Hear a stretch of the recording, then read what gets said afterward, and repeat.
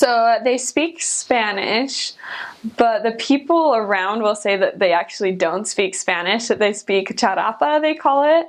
It's kind of the dialect of Spanish. They speak very quick and kind of like sing-songy when they speak.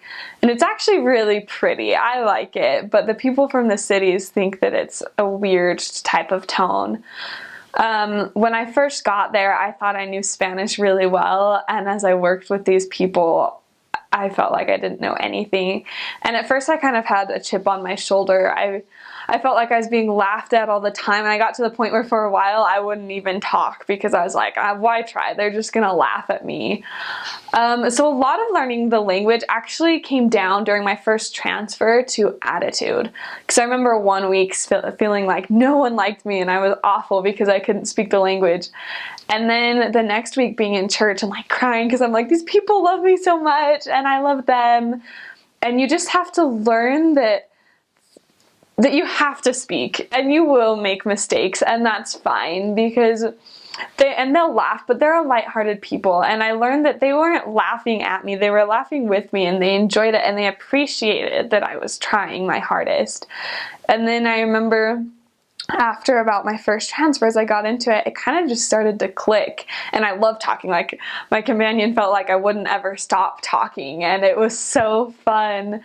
And I kind of went from this part during my first transfer to feeling like I would never speak the language to later on when I'd get companions from Mexico or from other places that spoke Spanish, and they actually wouldn't understand the people because the dialect was so different. So I would be like translating for my Spanish speaking companion between what they're saying in their Charapa type of Spanish and what the actual Spanish or what the other dialects, the more simple dialects of Spanish were. So that was such a blessing to see that with the help of the Lord, we can receive the gift of tongues. And if we have the right attitude and we're willing to practice and we're willing to make mistakes, that they'll make that difference for us.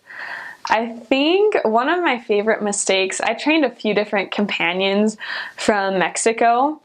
And it wasn't like a super embarrassing mistake, but in Mexico, when they talk about soda, they're talking about soda.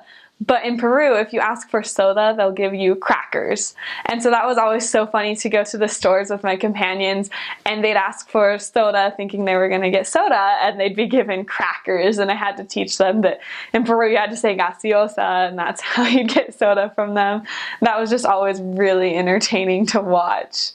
I had another companion that when I was sick, she wanted to call my district leader and say that, Hermana Simonson has a headache, but she basically said Hermana Simonson is extremely mentally ill and her mind hurts.